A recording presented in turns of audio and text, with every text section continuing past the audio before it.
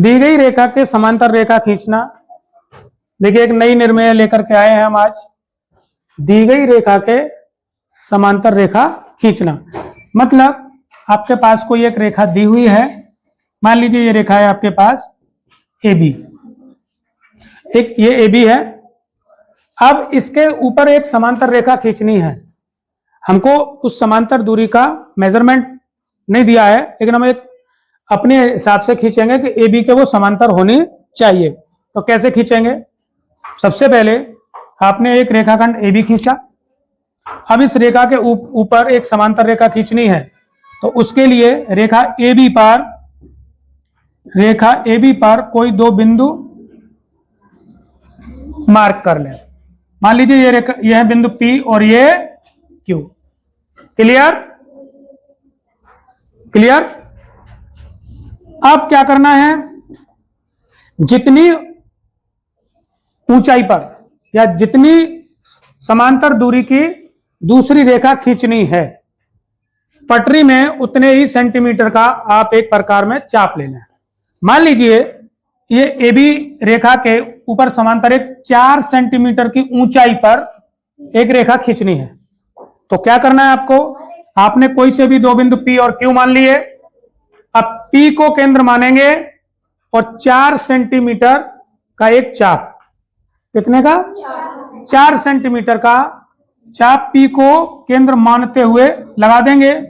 उसी दूरी का चाप Q को केंद्र मानते हुए लगाएंगे। दो चाप आपने लगा दिए, एक P को केंद्र मानते हुए और एक Q को। ये चाप की दूरी कितनी है? जितनी दूरी पर आपको समांतर रेखा खींचनी है। मान लीजिए हमने 4 सेंटीमीटर खींची तो 4 मान लिया। दोनों चापों के स्पर्श बिंदु जो ऊपर के बिंदु हैं, इनको मिलाते हुए रेखा खींच दीजिए।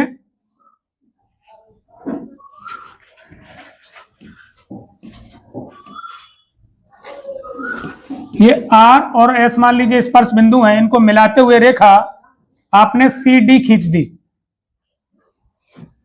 तो जो नई रेखा CD है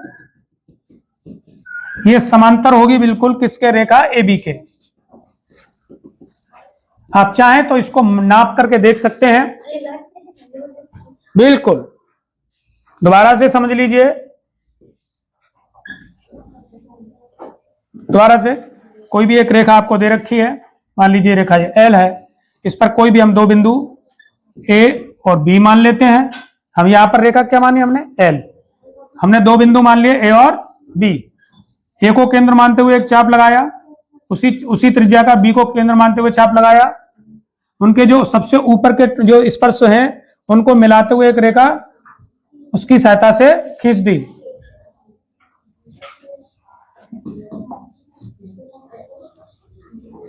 तो ये जो रेखा है, जो नई रेखा है, ये मान लीजिए M है। इसके जो स्पर्श बिंदु है मान लीजिए C और D हैं।